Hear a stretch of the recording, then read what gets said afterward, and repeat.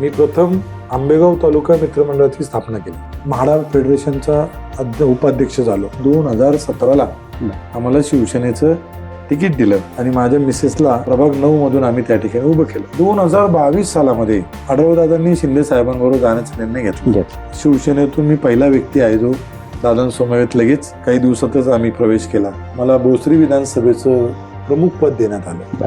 तुमचं विजन कसं असणार आहे? फक्त वाढ पुरतं मर्यादित तुम्हाला राहायचंय की मला शहर लेवलला काम करायचंय?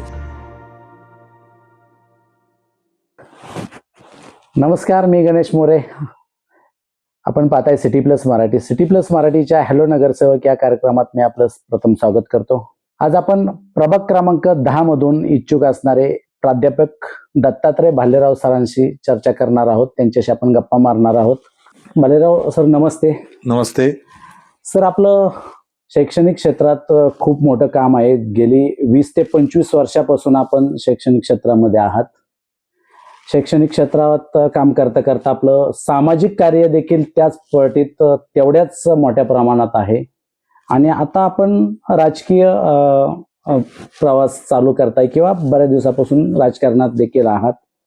नक्की शैक्षणिक क्षेत्र सोडून किंवा त्याच्याबरोबरच राजकीय क्षेत्रात यायचं काय कारण आणि कशा पद्धतीने आपलं नियोजन असणार, काय सांगाल?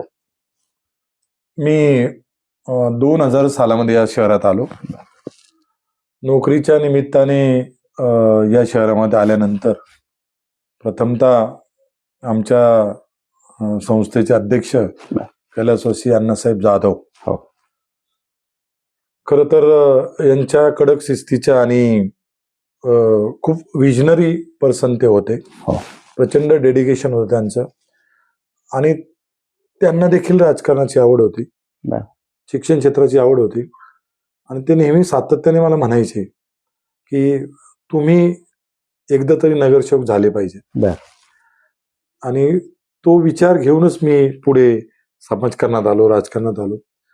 कारण 2009 सालामध्ये मी प्रथम आंबेगाव तालुका मित्रमंडळाची स्थापना केली.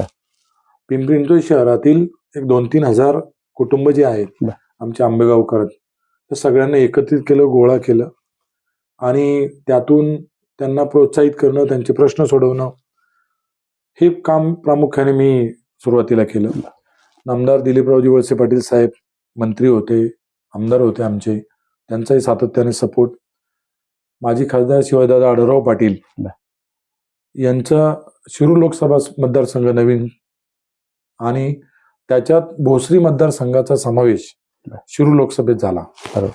तेव्हापासून ते आमच्या भागातील, आमच्या गावाकडचेच असल्यामुळं त्यांचा माझा खूप जवळचा संबंध आला आणि त्यांच्या माध्यमातून अनेक कामे मी करू लागलो.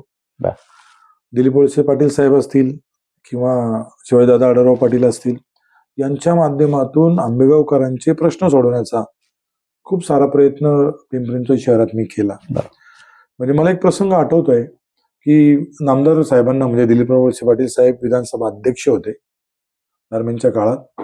त्यावेळेस पिंपरी-चिंचवड महानगरपालिकेमध्ये वायसीएम हॉस्पिटल जे आहे, ते वायसीएम हॉस्पिटलमध्ये पिंपरी-चिंचवड महानगरपालिकेच्या हद्दीतील जे लोक आहेत त्यांना ते फ्री सर्व सेवा आहे. पण हद्दीच्या बाहेरील जे पेशंट्स आहेत त्या पेशंट्सला मात्र चार्ज काही प्रमाणात करावा लागतो. हे जेव्हा माझ्या लक्षात आलं त्यावेळेस मी साहेबांना पत्र लिहिलं.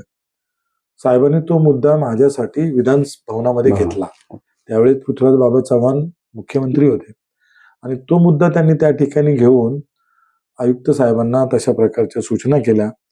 तो प्रश्न मी पहिल्यांदा त्या ठिकाणी हद्दीच्या बाहेरील नागरिकांना देखील त्याच दर्जाच्या योग्य सुविधा मिळाल्या पाहिजेत असा मुद्दा मी पहिला त्या ठिकाणी सोडवला. आणि मग आंबेगाव तालुका मित्रमंडळात, तोपर्यंत मी राजकारणात नव्हतो, आंबेगाव तालुका मित्रमंडळाचा अध्यक्ष या नात्याने खूप प्रश्न त्या ठिकाणी आंबेगावकरांचे सोडवले. मग त्यातून अजमेरा कॉलनीत, म्हाडा परिसरात या भागात राहत असल्यामुळे मग नंतर म्हाडा फेडरेशनचा उपाध्यक्ष झालो. बाबूनायर साहेब त्यावेळेस अध्यक्ष होते, स्वीकृत नगरसेवक. मग म्हाडा कॉलनी असतील, म्हाडा परिसरातले प्रश्न असतील, अजमेरा कॉलनी या परिसरातले प्रश्न, मी एज्युकेशन रिलेटेड असल्यामुळं पालक माझ्याकडे यायचे तर त्यांचे काही प्रश्न असतील, बर. विद्यार्थ्यांचे प्रश्न, युवकांचे प्रश्न, महिलांचे प्रश्न सोडवण्याचा प्रयत्न केला.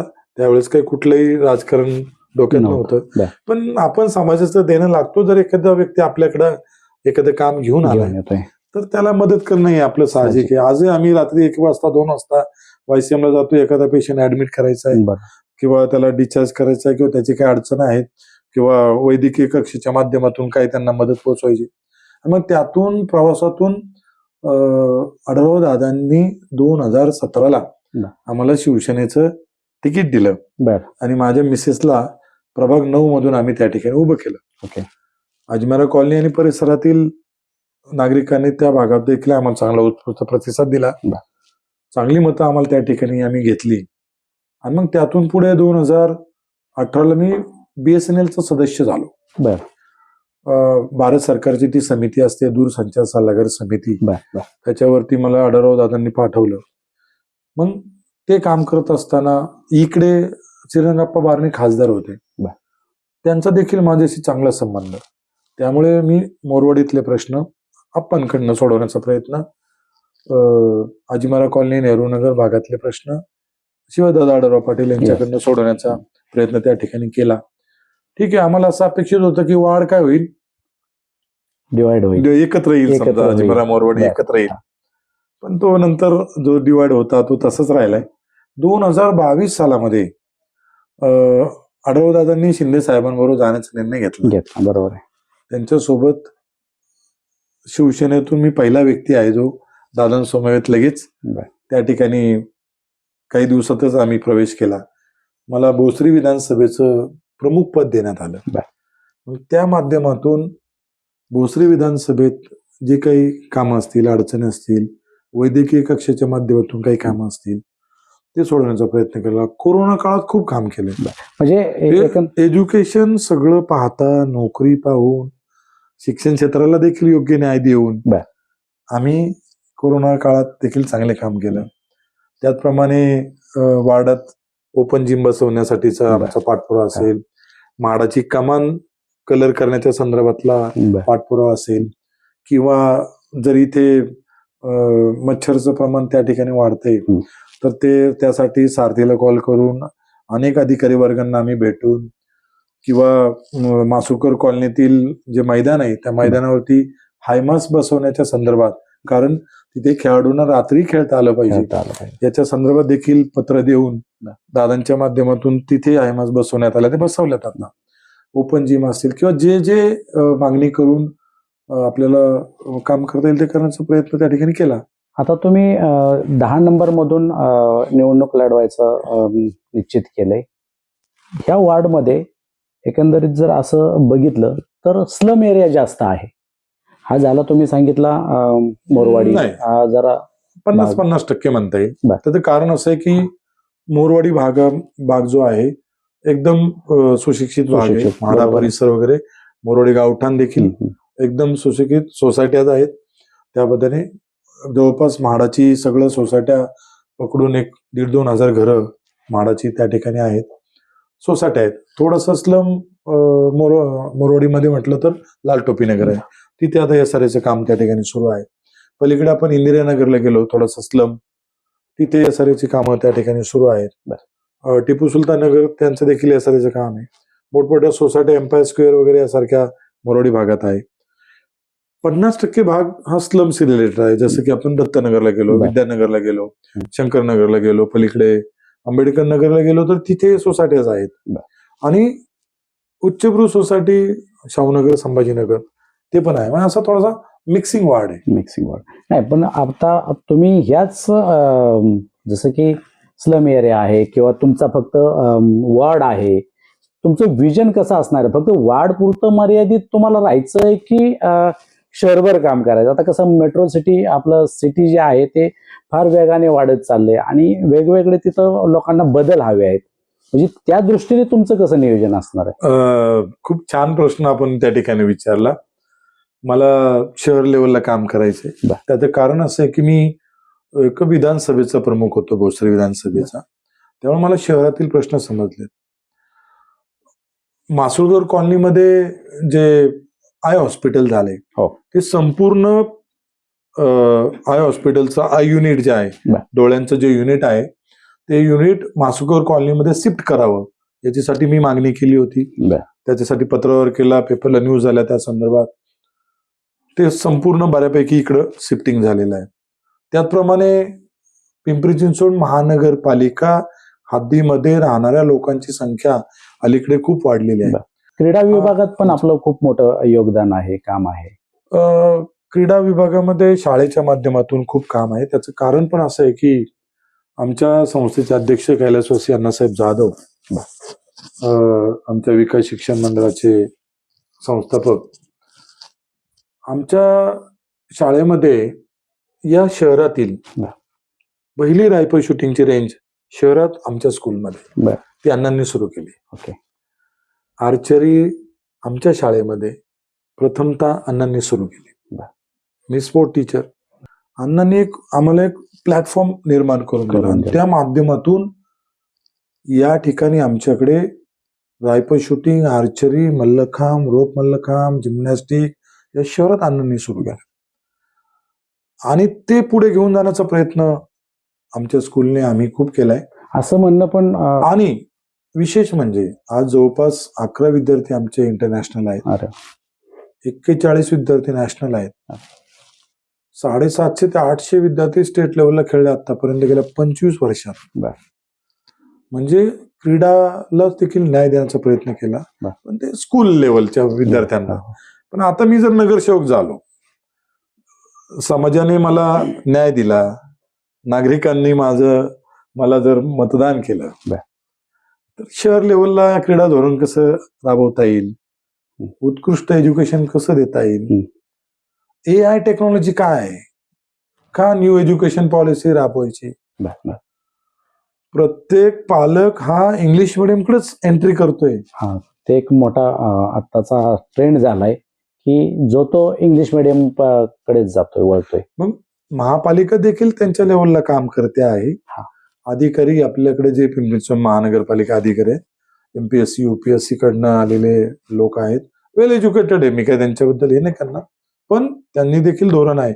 पण जेव्हा लोकप्रतिनिधी एज्युकेटेड असेल, लोकप्रतिनिधी ज्या वेळेस हे विचार मांडेल की हे झालं पाहिजे, आपल्याला शैक्षणिक धोरण प्रॉपर राबवायचे, का मराठी मिडियमची मुलं इंग्लिश मिडियमला जावेत, का त्यांनी भरमसाठ फीस भराव्यात, इंग्लिश मिडियमच्या असणाऱ्या फीस, आणि चक्क लाईन लावून ऍडमिशन घ्यावं लागतंय इंग्लिश मिडियमला. मग महापालिका त्या लेवलला का नाही स्कूल चालू करत आहे, त्या लेवलचे दर्जेदार एज्युकेशन का नाही देत. ठीक आहे, महापालिकेने आता एज्युकेशन मध्ये बदल करून इंग्लिश मिडियम स्कूल चालू केल्यात, पण त्या इतक्या दर्जेदार असाव्यात की पालकांचा कल महानगरपालिकेच्या शाळेकडे केला, याच्यावरती माझा भर जास्त प्रमाणात असेल. जसं की आता आपण सांगितलं की मला फक्त वार्ड पुरतं मर्यादित राहायचं नाही, मला शहराच्या प्लॅनिंग मध्ये म्हणजे समाविष्ट करून घेतलं पाहिजे, म्हणजे त्या प्लॅनिंग पर्यंत जायचंय. एकंदरीत प्रभाग क्रमांक 10 मधल्या नागरिकांनी, मतदारांनी तुम्हालाच का मतदान करावं, म्हणजे चला शहराचं ठीक आहे, पण तुम्हाला 10 नंबर मधल्याच लोकांनी मतदान का करावं आणि तुम्हाला नगरसेवक म्हणून निवडून का द्यावं, काय तुमचे त्यांच्याबद्दलचे विजन काय आहेत. छान प्रश्न आहे तुमचा. मलाच का निवडून द्यावं, मीच का, बरोबर आहे. प्रामुख्याने जो वोटर आहे आता, तो वोटर बदललाय. कोरोना नंतरचा काळ खरंच बदललेला आहे. 2015ला डिजिटल क्रांती झाली आणि डिजिटल क्रांती झाल्यामुळे सोशल मीडिया त्या माध्यमातून खरोखर मतदार हुशार झालाय. बरोबर आहे. एक जनरेशन थोडस मागे पडलंय आणि जो न्यू आता येतोय, आता आपल्याकडं या प्रभागामध्ये 56,000 मतदार आहे टेंटेटिव्ह, आणि या 56,000 मतदारामध्ये युवकांची संख्या देखील जास्त आहे, महिलांची संख्या आहे, युवतींची संख्या जास्त आहे. त्यांना उद्याचं विजन आहे, त्यांच्या उद्याचे उद्योग आहेत, त्यांना उद्या नोकरीचे प्रश्न आहेत, MPSC UPSCच्या माध्यमातून, स्पर्धा परीक्षेच्या माध्यमातून, करिअर गायडन्सच्या माध्यमातून त्यांना अलर्ट करणं गरजेचं आहे. आणि मग हा उद्देश डोळ्यासमोर ठेवून मला 100% खात्री आहे की प्रभाग 10चा जो मतदार आहे हा यावेळेस चेंज करेल, विचार बदलेल आणि चांगल्या एज्युकेटेड व्यक्तीला निवडून देण्याचा 100% प्रयत्न करेल. अगोदरचे कोणाला निवडून दिले ते एज्युकेटेड आहे नाही आहे मला काहीच टीका करायची नाही त्यांच्यावर. त्यांनी त्यांच्या काळात काम केलं, त्यांना मतदारांनी संधी दिली, त्यावेळेस त्यांनी त्यांचं काम केलं. आता मला संधी दिल्यानंतर मी माझं काम करेन, मी माझं न्यू विजन ठेवेल, नवीन टेक्नॉलॉजीच्या दृष्टीने वर्क करेल.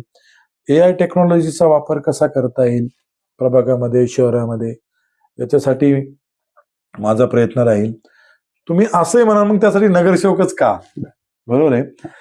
ज्यावेळेस तुम्ही संसदीय पटलावरती जाता त्यावेळेस तुम्हाला त्या ठिकाणी हक्काने ते योजना राबवून घेता येतात. आपल्याला योग्य असणाऱ्या, समाजाला योग्य असणाऱ्या, नागरिकांच्या हिताच्या जे काही प्रश्न आहेत ते तुम्हाला सभागृहातच त्या ठिकाणी मांडावे लागतात आणि सभागृहात मांडून हक्काने त्या करून घेता येतात. आम्ही गेले 10-15 वर्ष झाले बाहेर काम करतो, बाहेर म्हणजे सभागृहाच्या बाहेर कामच करतो. कितीतरी पत्र दिली आहेत, आयुक्तांना भेटलोय, खूप वेळा सिटी इंजिनियरला भेटलोय, प्रभागात अधिकाऱ्यांना भेटलोय, वेगळ्या प्रश्नावरती भेटलोय. नाही असं नाही, आम्ही कुठल्या पदावर नसताना देखील काही कामं आम्ही त्या ठिकाणी प्रभागातील केलेली आहेत. या दोन्ही प्रभागामध्ये माझं बारकाईने लक्ष होतं, त्या दृष्टिकोनातून कामं केलेलीच आहे. आणि त्यामुळे मला 100% खात्री आहे की प्रभाग 10 मधील जे सुज्ञ नागरिक आहेत, मॅक्झिमम युवक आहेत, ते मला मतदान करतील. त्यात मॅक्झिमम माझे विद्यार्थीच आहेत. तुम्ही 100% लढणारच? 100% लढणार. त्यामध्ये पक्षश्रेष्ठींशी तसं काय बोलणं झालंय का तुमचं? पक्षश्रेष्ठींना माझा बायोडाटा पोहोचवलाय, त्यांच्यावर चर्चा झाली, ते योग्य न्याय देतील. त्यांनी तिकीट जर नाही दिलं पक्षाचं तर तो जर तरचा मुद्दा येईल त्यावेळेस त्या ठिकाणी, पण मला खात्री आहे पॉझिटिव्हली निर्णय घेतील. आपण शेवटाकडे जाऊया. रॅपिड प्रश्न घेऊया, 1, 2, 3. तुमचे राजकारणातले बाळकडू तुम्हाला कोणाकडून भेटले? राजकारणात मला शिवाजीदादा आढळराव पाटील यांच्याकडनं मी फार जवळून त्यांना पाहिले, जवळून राजकारण पाहिले. तुमचे आवडता नेता आणि स्पष्ट प्रवक्ता कोण? स्पष्ट प्रवक्ता संजय राऊत साहेब आणि आवडता नेता माननीय बाळासाहेब ठाकरे. तुम्ही शिवसेनेशी जास्त करून तुमची जवळीक आहे, पहिल्यापासून तुम्ही शिवसेनेत काम करताय. आता तुम्ही राष्ट्रवादीचं तिकीट घड्याळ घेऊन पुढे येत आहे, काय कसा मिळवा लागेल? या शहरामध्ये जी मॅक्सिमम डेव्हलपमेंट झाली यापूर्वी त्याच्यामध्ये अजितदादांचा वाटा मोठा आहे. अजितदादांचा स्पष्टोक्ती स्वभाव, त्याचप्रमाणे बाकीचे लोक साखर झोपेत, तेच अजितदादा फील्डवर सकाळी 6 वाजताच अधिकारी घेऊन फील्डवर. बरोबर, हे ॲप्रिशिएट करण्यासारखं आहे. आणि मग हे सगळं पाहिलं आणि शिवाजीदादा आढळराव पाटील यांनी राष्ट्रवादी प्रवेश केला. आम्ही त्यांचे खंदे समर्थक, आम्ही तत्काळ त्यांच्यासोबत जाण्याचा निर्णय घेतला. आणि अजितदादांकडे विजन आहे, त्यांनी या शहरात काम केलंय. पलीकडे श्रीरंगाप्पा बारणे खासदार आहेत, त्यांनी देखील मावळ लोकसभेत त्यांचं काम आहे, कारण मोरवाडी जे आहे ते मावळ लोकसभा मतदारसंघात येत आहे, त्यांचं काम चांगलं आहे. माझ्या ह्या सगळ्या नेत्यांशी संपर्क आहे, पलीकडे महेशदादाशी संपर्क चांगला आहे. त्यामुळं या सगळ्या मंडळींना पाहून आपण देखील राजकारणात एंट्री करून आपण देखील या सर्वांबरोबर जाऊन चांगलं काम करू शकतो, या शहराला एक चांगल्या दिशा देण्याच्या दृष्टीने प्रयत्न करू शकतो. धन्यवाद सर, आपण आमच्याशी मनमोकळेपणाने संवाद साधला.